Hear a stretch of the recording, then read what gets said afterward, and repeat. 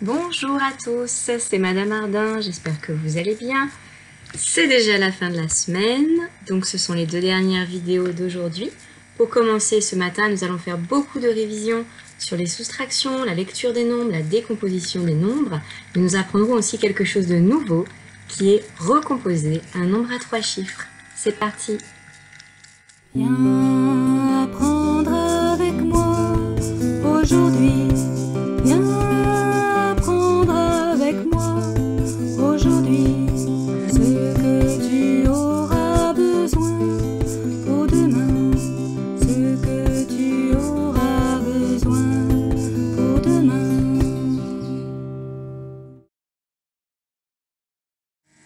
Nous commençons tout de suite avec une première révision des soustractions posées. Comme d'habitude, vous mettrez la vidéo en pause quand je dirai pause pour vous permettre d'avoir le temps de faire l'exercice et ensuite vous la relancez pour avoir la réponse. Donc cette opération est à poser sur le cahier ou sur une feuille. Pause. Donc pour la poser correctement, je n'oublie pas de mettre chaque chiffre dans la colonne qui correspond. Une centaine, 7 dizaines et 9 unités pour 179. 5 dizaines et 3 unités pour 53. Et on ne met pas le 5 dans la colonne des centaines, attention. Et maintenant on effectue l'opération. 9 moins 3, il reste 6. 7 moins 5, il reste 2. 1 moins rien, il reste 1.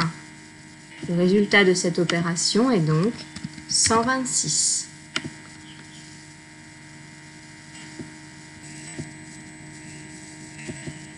Nous allons maintenant retravailler la lecture de nombres à 3 chiffres. Comment se lit le nombre qui est écrit sur le tableau? Je vous laisse trouver. Pause. Ce nombre se lit 214. 214. Deuxième nombre. Pause. Ce deuxième nombre se lit 407. 407. Je rappelle qu'on ne lit pas le 0. On se contente simplement de faire comme s'il n'y avait pas de dizaines, ce qui est le cas puisque 0 veut dire qu'il n'y a pas de dizaines ici.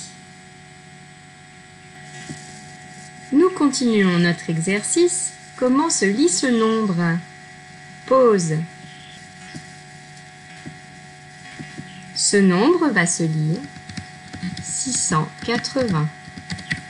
680.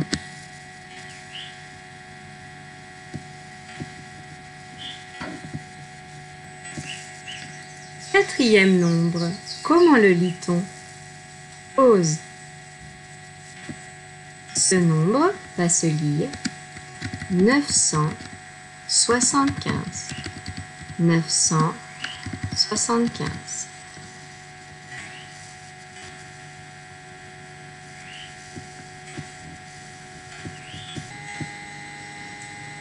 Cinquième nombre de cet exercice. Comment le lit-on? Pause. Ce nombre se lit 709. 709.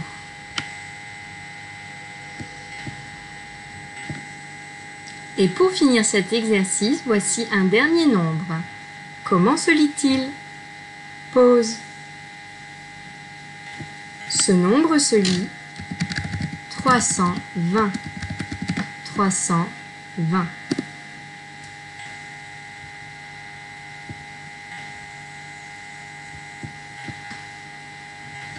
Voilà, cet exercice est terminé. Nous avons lu 6 nombres. Vous remarquerez que dans ces 6 nombres, j'ai souvent mis un 0 aux unités ou aux dizaines. Pas aux centaines, parce que si je mettais un 0 aux centaines, ça reviendrait à écrire un nombre à 2 chiffres. Ce ne serait plus dans l'exercice. Mais je mets un 0 aux unités ou aux dizaines pour vous montrer que c'est possible qu'il y ait 0 dizaine ou 0 unité. Et dans les décompositions que nous allons faire aujourd'hui, nous allons souvent rencontrer ce cas-là.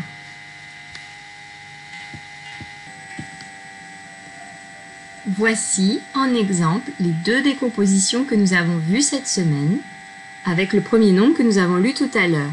Donc 214, c'est aussi 2 centaines, plus une dizaine, plus 4 unités. Mais on peut également écrire que c'est 200, plus 10, plus 4. Attention à ne pas mélanger ces deux écritures. Soit on met les lettres qui veulent dire centaines, dizaines, unités, soit on met les zéros des centaines et des dizaines, mais pas les deux en même temps. Dans cet exercice, je vais vous demander de décomposer les nombres que je vais donner dans les deux décompositions, l'une après l'autre. Donc quand vous mettez pause à la vidéo, c'est pour écrire les deux décompositions sur le cahier, l'une sous l'autre, et ensuite vous remettez la vidéo en route pour avoir la correction des deux décompositions en même temps.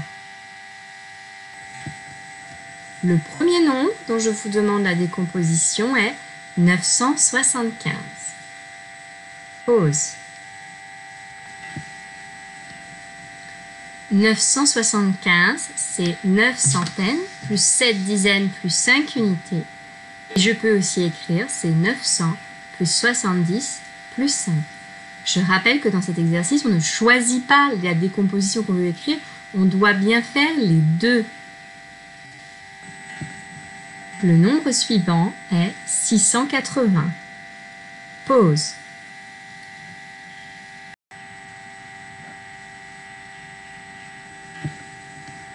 « 680, c'est 6 centaines plus 8 dizaines.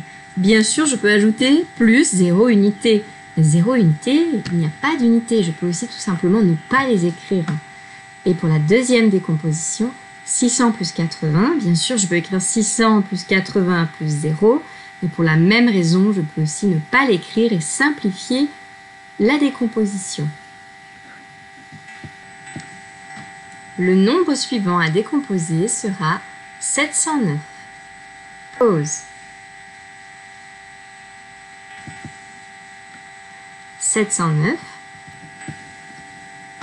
709, c'est égal à 7 centaines plus 9 unités. Bien sûr, je pourrais aussi écrire qu'il y a 0 dizaine, mais je peux très bien ne rien écrire du tout. 709, c'est aussi égal à 700 plus 9. Même chose, on peut écrire plus 0 au milieu ou ne rien écrire du tout pour simplifier la décomposition. Le dernier nombre à décomposer dans cet exercice sera 562. 562. Pause. Voici la réponse pour 562. Vous noterez juste que j'ai inversé les deux décompositions. Cela est tout à fait possible. Il n'y a pas d'ordre précis pour cet exercice. L'important est d'avoir les deux décompositions. 562 est égal à 500 plus 60 plus 2. Mais c'est aussi égal à 5 centaines plus 6 dizaines plus 2 unités. Nous retrouvons ici les trois chiffres, dizaines, unités, centaines. Il n'y a pas de zéro dans cette décomposition.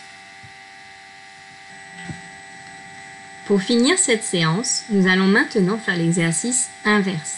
Je vais vous donner une décomposition et il faudra retrouver le nombre à 3 chiffres qui correspond.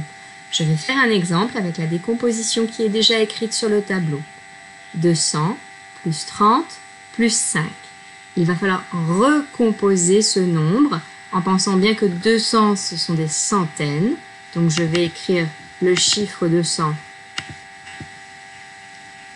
Dans 30, il y a 3 dizaines. J'écris donc le 3 de 30 et 5 unités dans la colonne des unités, ce qui donne 235. À vous. 500 plus 20 plus 7.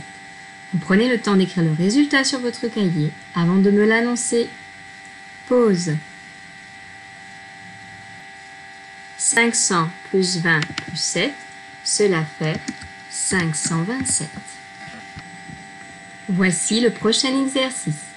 300 plus 40 plus 1. Pause. 300 plus 40 plus 1, cela fait 341.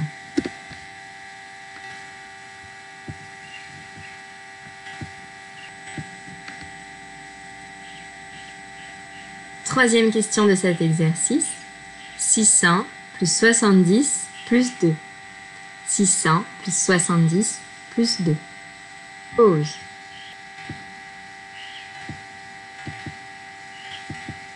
« 600 plus 70 plus 2, cela fait 672. 672. Voici la dernière question de cet exercice. 800 plus 50 plus 9. 800 plus 50 plus 9. Pause. 800 plus 50 plus 9, cela fait 859. 859. Voilà, j'espère que vous avez pu réussir cet exercice et comprendre comment il fonctionne. C'est tout pour aujourd'hui en mathématiques. On se retrouve tout à l'heure pour le français. À bientôt!